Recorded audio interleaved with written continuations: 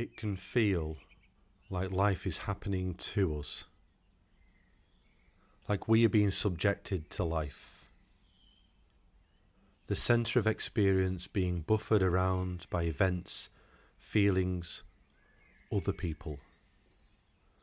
This point of view, this centre, this me that is subject to life is imagined, not substantial, and inherited from a society that share a delusion. The delusion that I am separate from you. That there's me and there's everything else. Because this point of view is delusional and not based on anything solid, it has to work hard to defend itself, to keep itself going in a world of interconnected, continual change.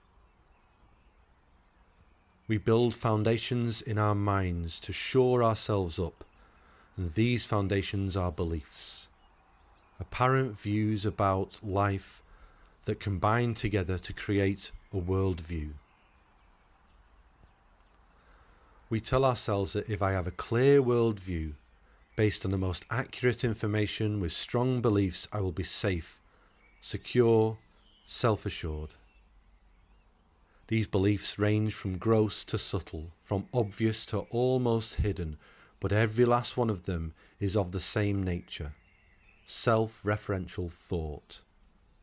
A movement of mind that tries to put this world in relation to me and me in relation to it. This is inherently unstable, as there is nothing fixed in this world of experience, so trying to create a solid foundation is not in line with the nature of existence. When our stability is threatened, often with simply a few words or ideas, we feel our belief system being challenged, and a reaction happens that tries to justify our beliefs and reassure this worldview. This feeling of trying to protect the imagined self can feel like a clench, a bracing against the moment, a grasping around passing experience, trying to make it solid.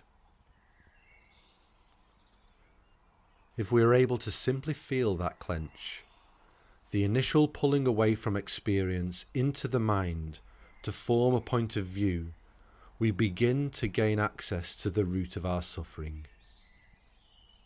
Life is naturally unfolding in every moment, but because of a simple habit of mind, we think it's happening to an imagined self, and this self needs to ensure that what happens lines up with its foundation of beliefs of how the world works and how things should be. But life will never do that, because the very structure of belief, thoughts trying to make solid that which is in constant flux, is unstable. No belief or net of beliefs can ever provide safety in a world of change. So when we try to justify our worldviews, we are sowing the seeds for our own discomfort, fueling the fire of craving for life and the world to be other than it is. This isn't our fault. It's simply a habit of mind that we have picked up, inherited over time, but it's so believable that we think this is us, that this pushing and pulling and justifying and judging is what we are. If we are able to just notice, just shine the slightest bit of awareness on how that clench of reactivity lurches us into a cycle of self-referential becoming, we begin to open the gateway to liberation. A freedom that is completely natural and not built around thoughts and beliefs, but one that is naturally open and responsive to the way things are in each moment. We can recognize that this lifetime of wrestling with phenomena in the mind, trying to make it line up with our beliefs, has cost us so much. It's cost us time, energy, well-being, friendships. We can begin to have faith that something else is available, a different way that is not bound by the chains of reactivity, and a destiny of becoming a suffering self in a world of change. Feel deeply that moment when life apparently happens to us and it's not how we think it should be. Maybe somebody has said something that directly challenges our worldview, that web of beliefs that we have built to try and protect our imagined self. Take a deep breath and notice the feelings that arise in the body, and just pause before being propelled into the mental roller coaster of thought. Notice how most of our lives we've been unaware of this habit, but right now we can let our attention begin to shine a light on our personal defences.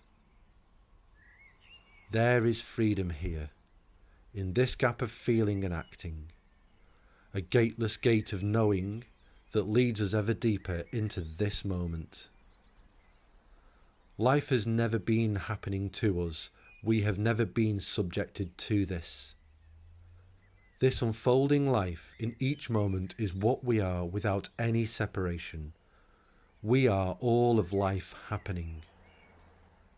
Knowing this in our bones and eyes and ears and feet, we can let go of a clenching effort to protect our beliefs because we know these beliefs were simply just a habit of mind that tried to keep us safe. Safety, connection, freedom and love is not found in our personal worldviews. It is found in interconnected presence and availability, which is always right here. Right now, you can lay down your tools and your chains and just relax. You don't need to defend yourself. Don't take life personally, and feel the freedom that's available in each moment.